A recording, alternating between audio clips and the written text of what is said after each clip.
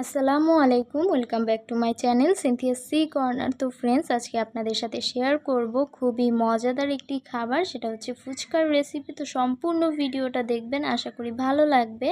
তো প্রথমে এখানে আমি তেঁতুলের পিউরি নিয়ে নিয়েছি, আর এখানে এবার একে একে লবণ অ্যাড করে দিচ্ছি। এখানে আমি নর্মাল লবণটা দিয়েছি আর দিয়েছি বিট লবণ 1 চামচ করে। এরপরে এখানে আমি চিনি দিয়ে দিচ্ছি 3 থেকে 4 চামচ পরিমাণে, আর দিচ্ছি মরিচের গুঁড়া 1 চা চামচ, আর দিচ্ছি ধনিয়ার গুঁড়া, জিরার গুঁড়া 1 চা চামচ করে। এরপরে এখানে দিয়ে দিব আমি চাট মশলা 1.5 চা চামচ পরিমাণ।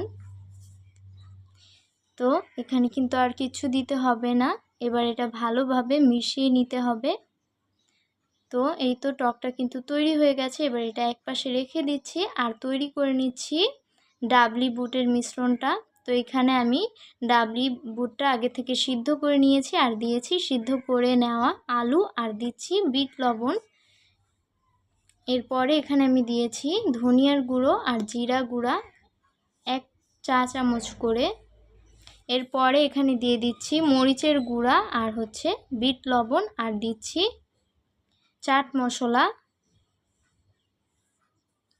তো এটা দিয়ে এরপরে এখানে আমি একটা মরিচ দিয়ে দিচ্ছি। তো ফ্রেন্ডস, আপনারা ঝালটা কিন্তু আপনাদের স্বাদ অনুযায়ী বুঝে দিয়ে দিবেন।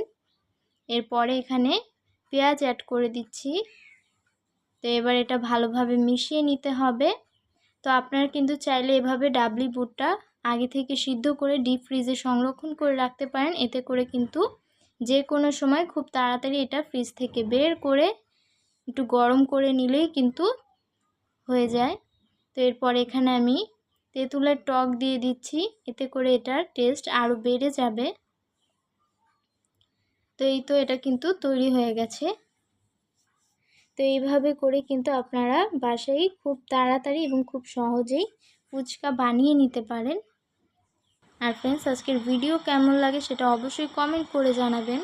তো এইখানে আমি যে ফুচকাটা ব্যবহার করেছি এটা কিন্তু আমার ঘরেই তৈরি, আর এর ভিডিও কিন্তু আমি গত ভিডিওতে শেয়ার করেছি, না দেখে থাকলে অবশ্যই দেখে নেবেন। মাত্র 2টো উপকরণ দিয়ে কিন্তু আমি এই ফুচকাগুলো বানিয়েছিলাম। তো অবশ্যই দেখবেন, আর আমাদের পাশে থাকতে আমাদের চ্যানেলটি সাবস্ক্রাইব করে রাখুন। আর এখানে আমি দই টকের রেসিপিও দেখিয়ে দিচ্ছি। এখানে আমি দইয়ের সাথে চাট মশলা, জিরা আর বিট লবণ দিয়েছি 1 চামচ করে। তো এই টকটাও কিন্তু খেতে ভীষণ মজার হয়ে থাকে, আপনারা অবশ্যই ট্রাই করে দেখবেন।